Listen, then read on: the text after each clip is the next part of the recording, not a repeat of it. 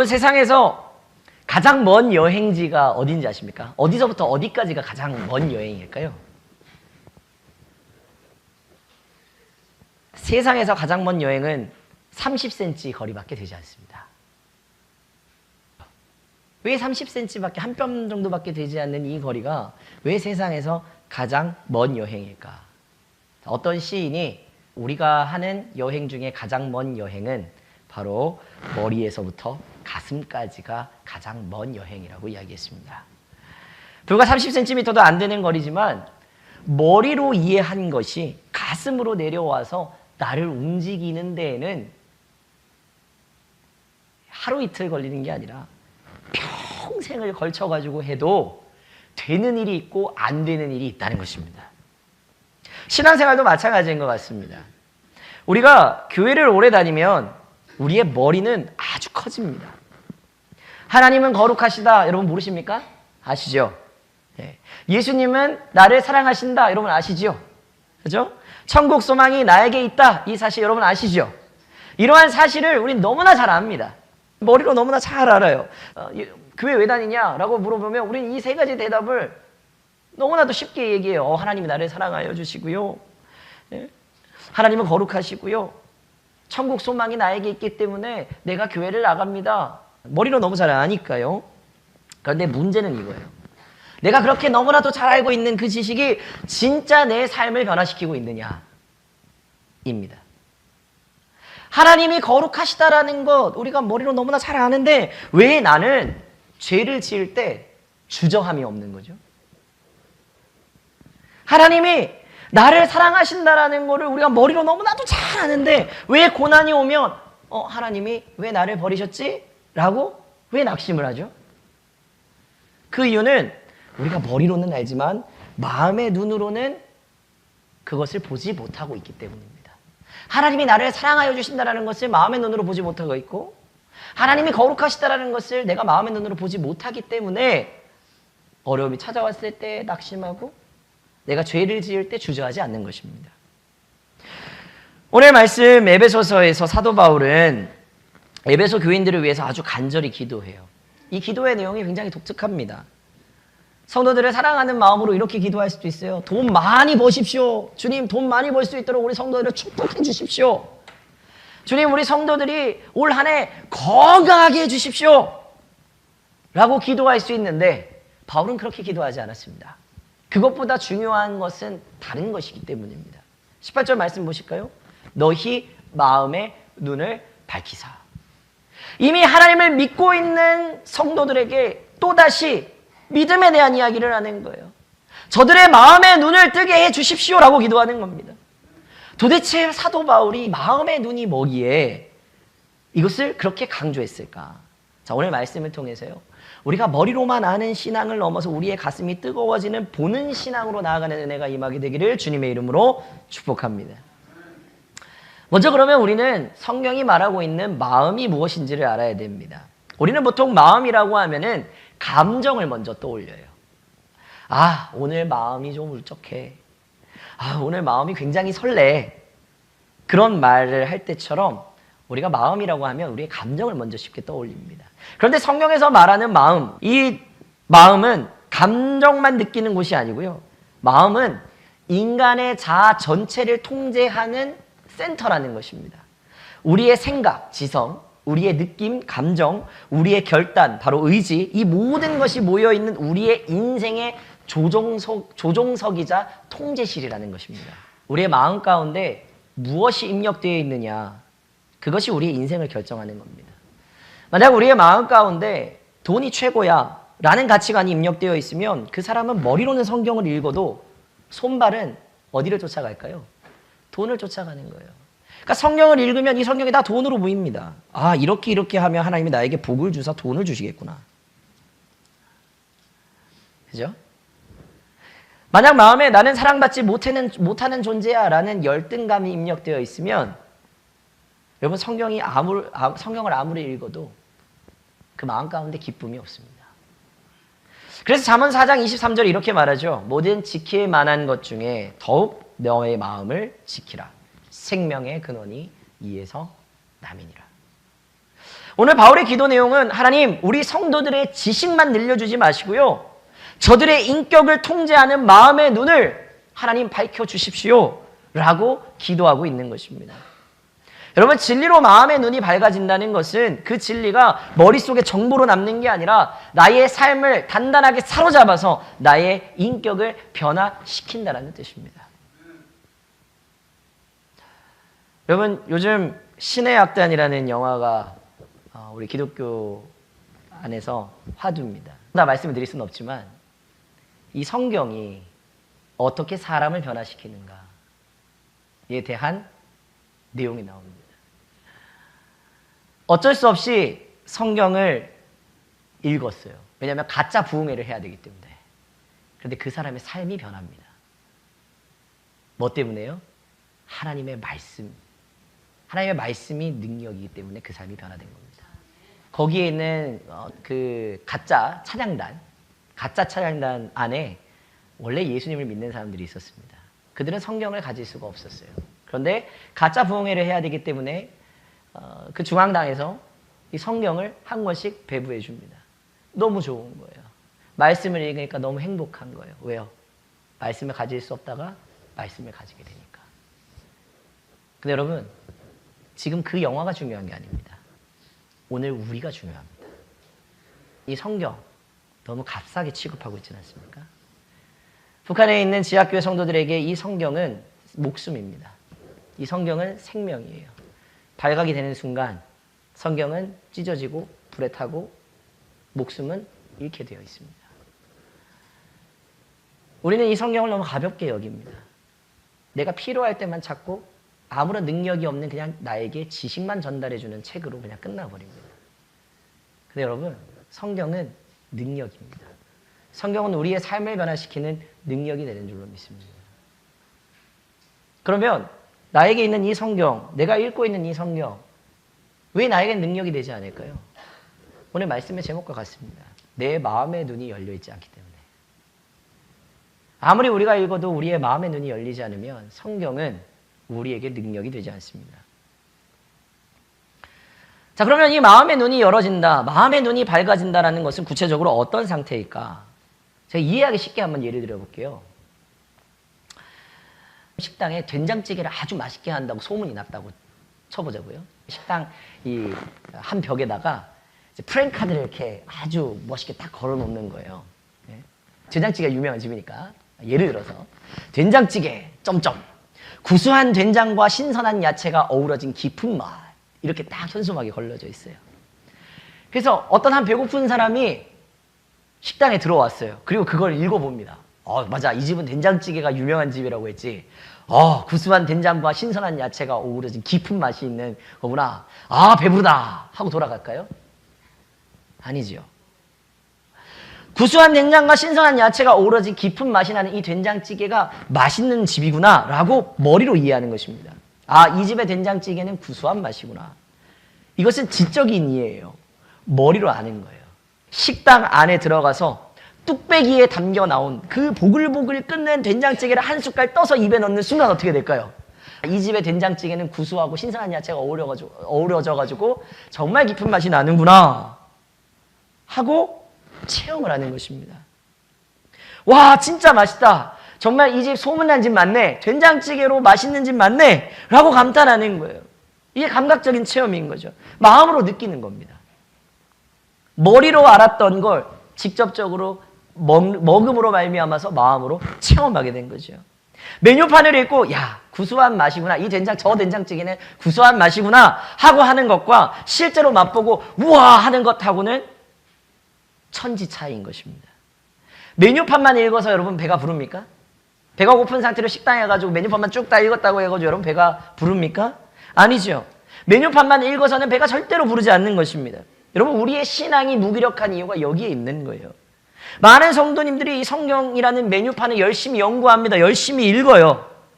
하나님은 거룩하시다. 하나님은 사랑이시다. 머리로 다 압니다. 너무나도 잘 알아요. 왜요? 몇십 년 동안 성경을 읽어왔고 말씀을 들었으니까.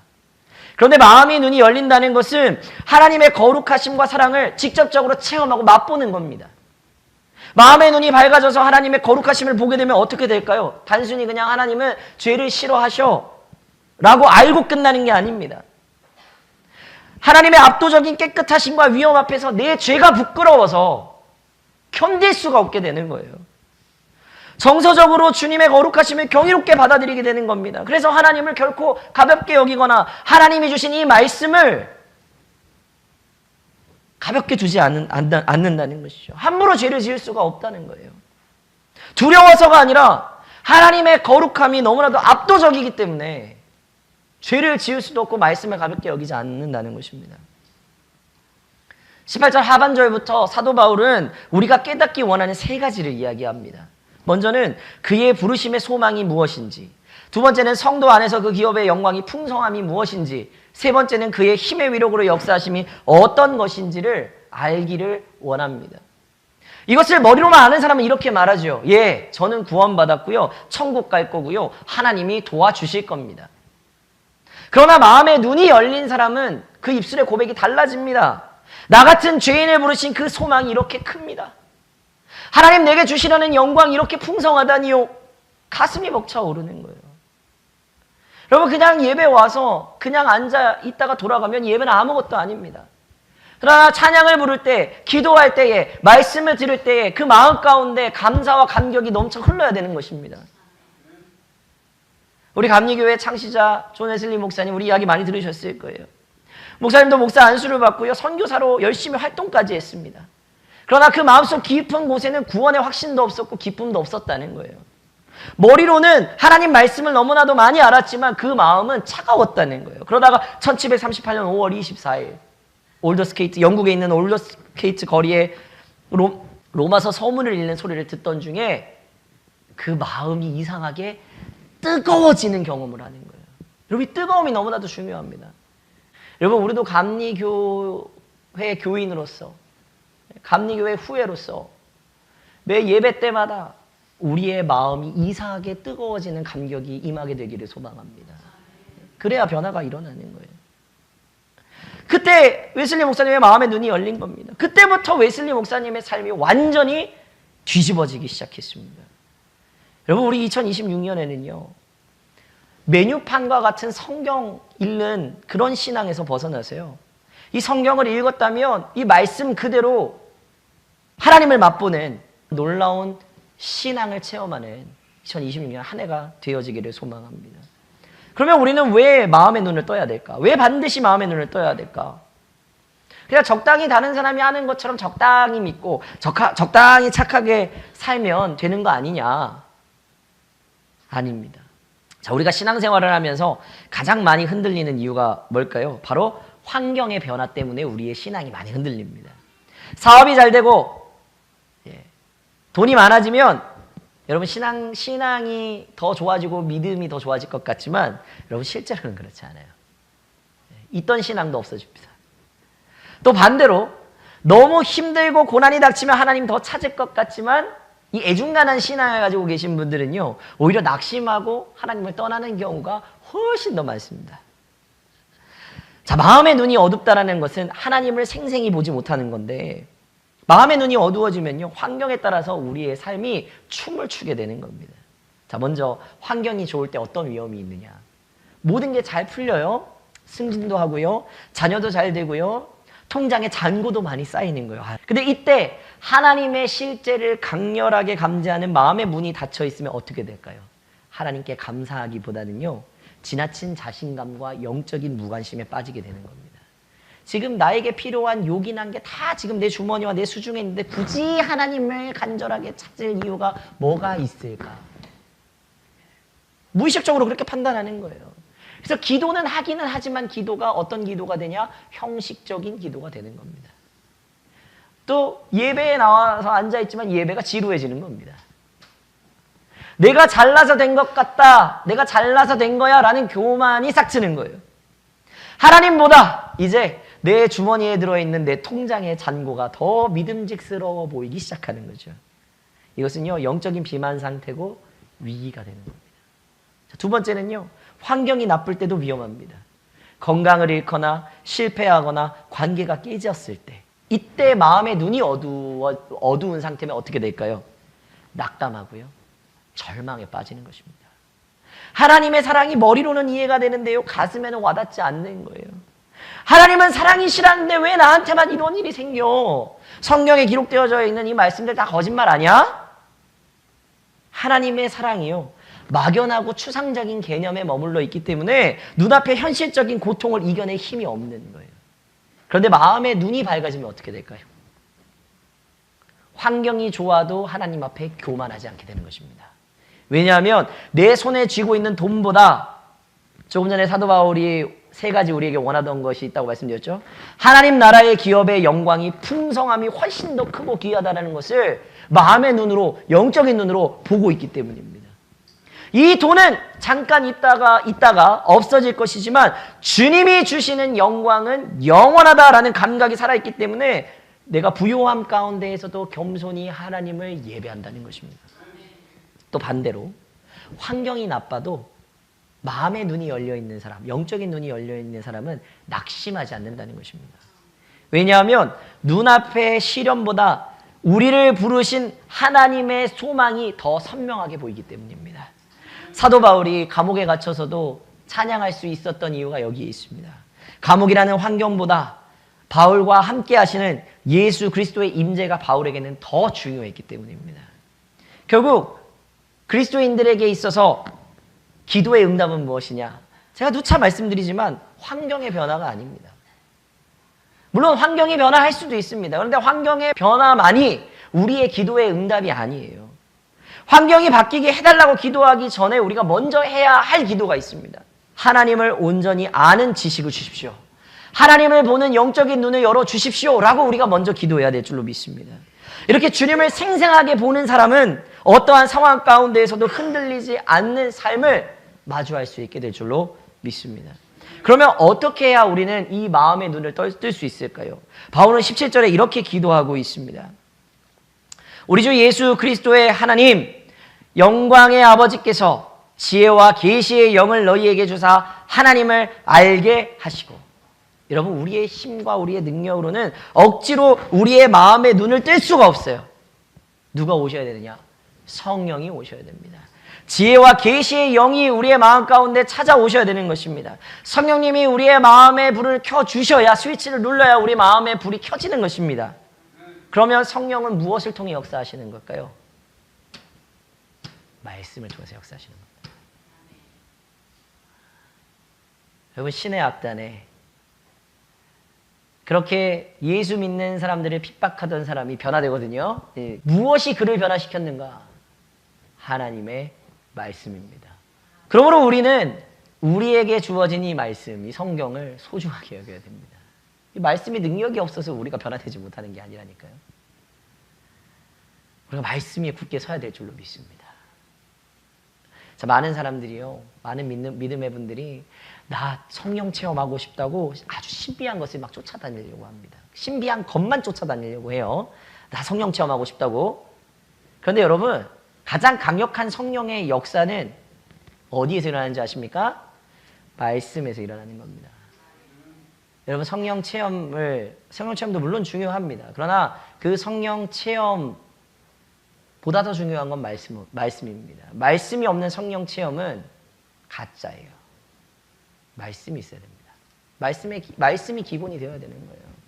말씀이 없는 성령 체험은 우리를 현혹시키는 것들이에요. 말씀이 기본이 되어야 됩니다. 왜요? 가장 강력한 성령의 역사는 말씀을 통해 일어나는데, 성경은 하나님의 마음이 담긴 창고이기 때문에 그렇습니다. 그래서 우리가 마음의 눈을 뜨기 위해서 1월 한 달 동안 실천해야 할 구체적인 방법이 있습니다. 그건 뭐냐면 말씀을 묵상하되 그 뒤에 하나가 더 붙어야 돼요. 기도로 말씀을 연결하는 것입니다.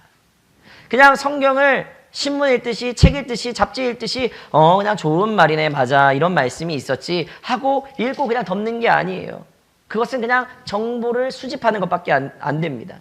그러나 많이 읽는 게 중요한 게 아닙니다.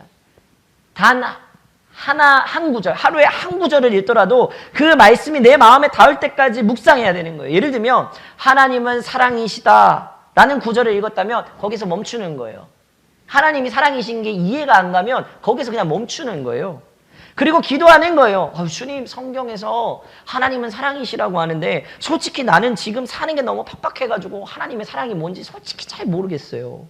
성령님, 지금 내 마음 가운데 찾아오셔서 내 마음의 눈을 열어주시고 이 말씀 가운데 있는 하나님의 사랑이 제 가슴 가운데 실제적으로 느껴질 수 있도록 인도해 주세요 라고 기도하는 겁니다. 이렇게 말씀을 붙들고 성령의 조명을 구하면서 씨름하면 어느 순간에요, 내가 노력하지 않아도, 내가 굳이 이해하려고 하지 않아도 갑자기 어느 순간 가슴이 뻥 터지는 게 느껴집니다. 갑자기 눈물이 왈칵 쏟아지면서 마음 가운데 알 수 없는 평안이 찾아오는 거예요. 두려움이 사라지는 순간이 오는 거예요. 이게 바로 말씀 위에 굳게 서는 방법입니다. 우리가 성경을 왜 읽을까요? 근데 성경을 읽는 것 자체가 목적이 돼서는 안 돼요. 성경을 통해서 살아계신 하나님을 만나는 것이 성경을 읽는 목적이 되어야 되는 거예요. 그냥 읽는 게 아니라 하나님을 만나는 게 목적이 되어야 되는 겁니다. 그러니까 메뉴판을 뚫어지게 쳐다만 보는 게 배를 부르게 하지 않는 것처럼 성경을 아무리 그냥 맹목적으로 읽는다고 해가지고 우리가 하나님을 만날 수 있는 게 아니라는 거예요. 네. 어떻게 해야 되냐? 여러분, 식당에 가가지고 메뉴판을 보잖아요. 그 다음에 하는 게 뭐죠? 주문해야죠. 여기요, 이 메뉴 주세요 라고 해야 돼요. 여러분, 성경을 읽었다면 우리도 하나님한테 구해야 됩니다. 하나님 이거 주세요라고. 뭐죠? 기도예요. 성경 읽는 것으로 끝나면 안 되는 거예요. 기도해야 되는 겁니다. 말씀과 기도가 만날 때 우리의 마음의 눈이 열리는 거예요. 자, 2026년 새해를 시작하면서 우리는 수많은 계획을 세웠습니다. 그런데 가장 중요한 계획은 뭐냐면요, 내 마음의 눈을 관리하는 거가 되어야 됩니다. 혹시 지금 여러분의 마음의 눈은 무엇을 보고 계십니까? 현실의 어려움을 보고 계십니까? 줄어들고 있는 통장의 잔고를 보고 계십니까? 사람들의 시선을 보고 계십니까? 이런 것들이 너무 크게 보여가지고 불안하고 두렵고 마음이 쪼그라들고 있습니까? 그것은 지금 여러분의 마음의 눈이 하나님을 보고 있는 것이 아니라 세상으로 초점이 맞춰져 있다는 증거입니다. 영적으로 눈이 멀어 있는 거예요. 오늘 바울의 기도가 저와 여러분의 기도가 되어지기를 소망합니다. 주님, 내 마음의 눈을 밝혀주십시오. 그래서 내가 얼마나 대단한 소망 가운데 있는지 보게 하여 주십시오. 주님, 나에게 주신 기업이 얼마나 풍성한지를 깨닫게 하여 주십시오. 이러한 기도가 오늘 저와 여러분의 기도가 되기를 소망합니다. 하나님이 거룩하신 분이시라는 것을 우리가 머리로만 알지 않고 가슴으로 느껴 하나님을 경외하는 삶을 살아가기를 소망합니다. 하나님의 사랑을 지식으로만 알지 않고 우리의 감정적으로 깊이 체험해서 어떤 시련이 와도 하나님이 나를 사랑하여 주시니 나는 문제가 없다라고 웃어넘길 수 있는 그런 놀라운 배짱이 생기기를 소망합니다. 이런 한 달 여러분, 말씀 위에 굳게 서라라는 이 주제를 꼭 붙드시기를 부탁을 드립니다. 바쁜 일상 가운데서도 잠깐 멈춰서 하나님의 말씀을 보시기를 바랍니다. 그리고 성령을 초대하는 겁니다. 성령님, 오늘의 말씀을 통해서 내 눈을 열어주십시오. 기도하는 겁니다. 이 말씀을 통해 제 눈을 열어주시고 세상이 나에게 주는 가짜가 아니라 하나님 나에게 주시는 진짜를 보게 해주십시오 라고 기도하시는 겁니다. 그렇게 말씀 안에서 마음의 눈이 밝아지게 될 때 2026년 한 해 우리가 환경에 끌려다니는 해가 되지 않고 오히려 하나님의 말씀과 능력 안에서 환경을 다스리는 영광스러운 한 해의 삶을 살아갈 수 있게 될 줄로 믿습니다. 이러한 은혜가 사랑하는 우리 세움교회 모든 성도님들의 가정과 일터 위에 가득하게 되시기를 주님의 이름으로 간절히 축원합니다. 주가 주신 길을 함께 걷네. 주 안에서 하나 되어 예배하며 섬기며 사랑으로 세상을 품네. 세움교회 주의 교회 주 뜻 따라 세워